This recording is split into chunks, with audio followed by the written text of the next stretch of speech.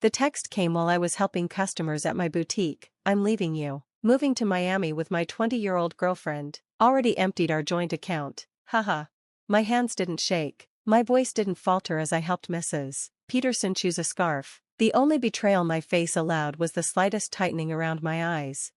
I waited until Mrs. Peterson left, her scarf wrapped neatly in silver paper, before I typed my reply. Good luck. I'm Claire, 38 years old, and that was how my husband of 12 years ended our marriage, a smug, careless text. But while Mark was no doubt imagining me sobbing, I was calmly locking up my boutique, already a step ahead of him. The signs had been obvious for months: late nights at work that never aligned with his paycheck, sudden password changes, an obsession with the gym and new clothes, as if clinging to the last threads of youth.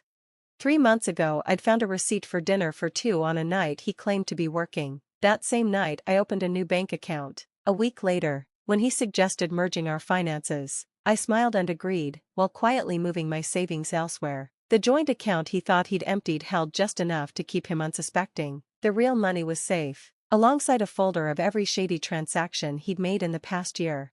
Another text buzzed through. Don't beg. Melissa and I leave tomorrow. I'll send for my things later. Melissa, the receptionist from his office. I'd met her at the Christmas party. Too much laughter at his tired jokes. Too many accidental touches. She was young enough to be his daughter, naive enough to believe she was irreplaceable. I didn't bother replying. Instead, I called my lawyer, the one I'd consulted weeks earlier, after finding hotel charges on our credit card. It's time, I said. The papers are ready, she replied. Shall we serve him in Miami? No hurry, let him think he's won. Mark's next message used condescension. This must be hard. You're not getting younger. At least you have your little shop. My little shop. The thriving boutique I'd built from nothing, earning more than his middle management salary, its profits carefully kept out of his reach. That evening, in my house, my grandmother's house, still in my name despite Mark's constant hints about adding him to the deed, I opened our wedding album. His once genuine smile had long since been replaced by the smirk of a man in denial of middle age, squeezing into shirts too tight, parroting slang that sounded absurd on his 45-year-old tongue. The texts kept coming. I've planned this for months. Melissa understands me. You'll find someone your age. My family agrees, we just grew apart. I screenshotted every word, adding them to my growing evidence file. His arrogance was a gift. Then the clincher, booked our Miami trip on the joint card. Call it my parting gift. LOL. Perfect. One quick call to the credit card company, a forwarded screenshot of his confession, and suddenly his grand escape was cancelled, flights voided, hotel reservation erased. By morning, his texts were frantic. What did you do? The airline cancelled. The hotel cancelled. Answer me. I ignored him and went to work. Friday was handbag delivery day, and business doesn't stop for tantrums. Soon after, his mother called. Claire, Mark says you've been controlling, vindictive. I put her on speaker as I arranged a display. Did he also tell you he emptied our joint account and used our card for his girlfriend? Silence. Then a meek, he did seem cruel.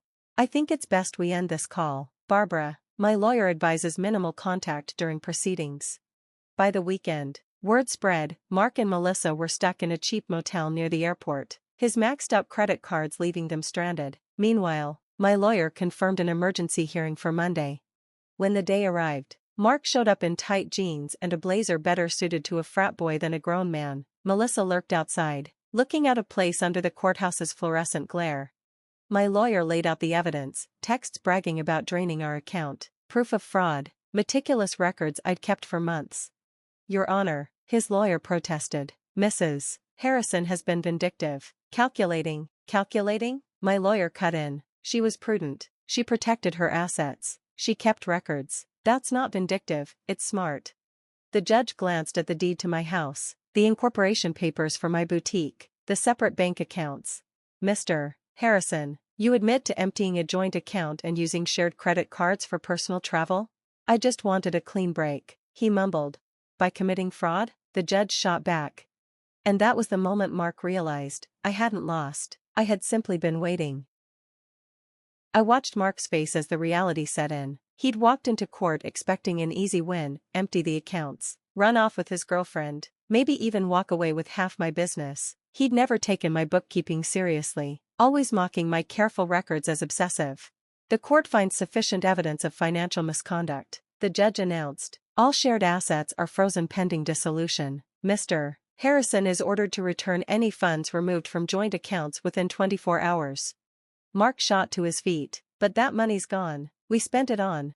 Then I suggest you find a way to replace it. The judge cut him off. And Mr. Harrison, this court takes a very dim view of using joint credit cards to fund adventures with paramours. His protest drowned beneath the sound of my heels clicking across the marble floor. Melissa's voice followed us into the hallway, asking about their Miami trip. His reply was lost in the echo of my stride. The weeks that followed brought a series of increasingly desperate ploys. He claimed the boutique had been his idea. He remembered investing seed money. He even suggested he'd been my partner all along. Each lie collapsed against the weight of my records. He's spiraling, my lawyer observed. His girlfriend's Instagram shows they're camped out at her studio now. Apparently a receptionist's salary doesn't stretch as far as he thought. His family began reaching out, their righteous indignation replaced with shaky contrition. We had no idea, his sister Amanda confessed. He told us you were cold, controlling, but then we saw the screenshots, the way he bragged about taking your money. That's not the brother I knew. His mother wept on the phone. The things he said about your age, about replacing you with someone younger. I thought I raised him better. I let their calls go to voicemail. Their regret might have mattered weeks earlier. Now, it sounded like rats abandoning a sinking ship. Meanwhile, the boutique thrived. Gossip had made me a cause to rally behind, and women flocked in, buying more than they'd intended. My ex tried the same thing. One customer confided, clutching a handbag, thought he'd walk away with everything. They never expect us to be smarter. Mark's texts continued, veering between fury and pleas. You've ruined everything. Can't we work this out? You'll regret this. That business is nothing without me. I forwarded each one to my lawyer without reply. Let him write his own downfall. Word spread that Melissa was reconsidering. The glamorous fling had withered under fluorescent lights and unpaid bills. The older man who'd once seemed exciting now looked simply out of place. Her social media hinted at lessons learned. Her relationship status quietly erased.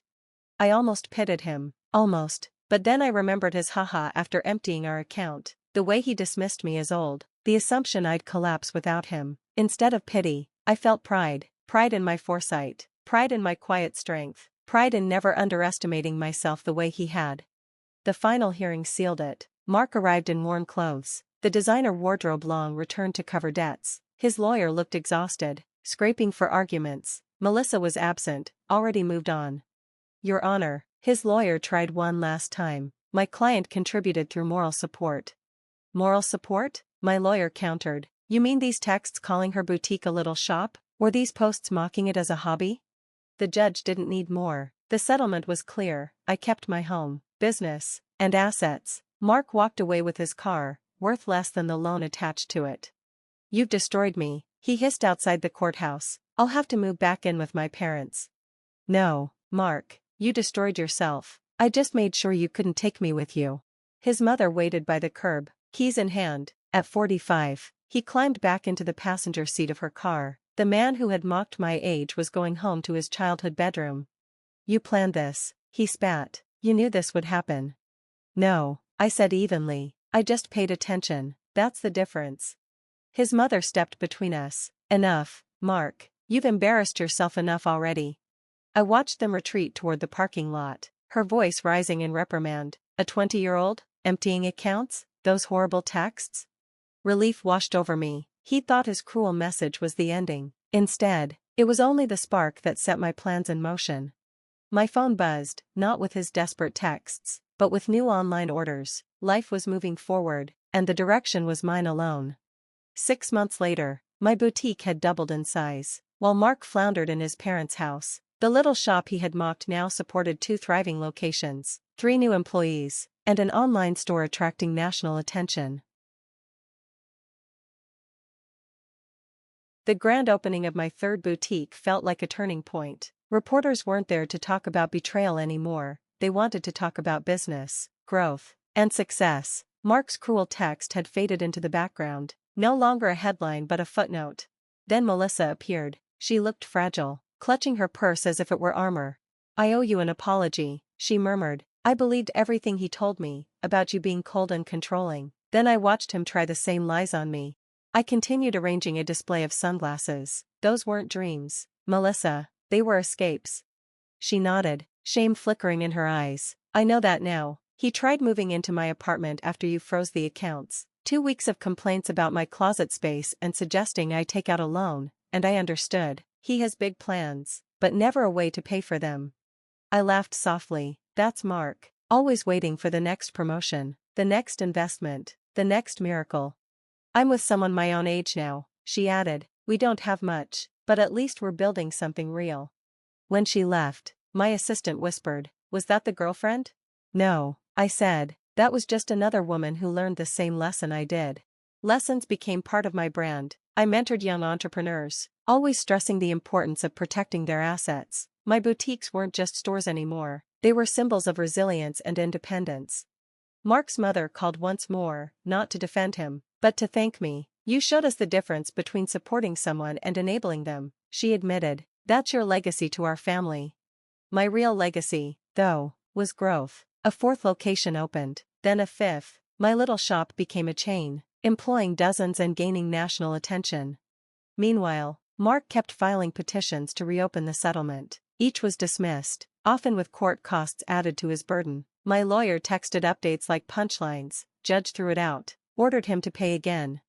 2 years after his infamous text, I stood on stage at a women's business conference. When asked about separating finances, I didn't hesitate. My ex-husband once told me I was paranoid for keeping things separate. I said, he changed his mind when he tried to take half my business. Protection isn't paranoia, it's preparation. The audience laughed, but I saw women nodding, taking the lesson to heart. 5 years after that cruel message, I hosted the anniversary celebration of my first boutique. It had become the flagship of a thriving brand. The store buzzed with customers and employees, each one part of a story Mark had tried to erase but had only fueled. Mark's mother approached me quietly after the crowd thinned. She wore one of our dresses, elegant and confident. "I saw him yesterday," she said, still talking about his glory days, still convinced he lost everything in the divorce. "He'll never admit he threw it away himself." I thought of the text that had once stung, "Have fun with your little shop. At least it'll keep you busy in your old age." That message now hung framed in my office, not as a wound, but as proof of how wrong he'd been. The young saleswoman I'd just hired, ironically also named Melissa, approached with a question about the new inventory system. As I answered, I caught my reflection in the window. I didn't see the woman Mark had mocked. I saw someone wiser, stronger, more successful. His text had never been the ending he imagined, it had been the beginning. And every boutique, every employee, every success since had been my answer.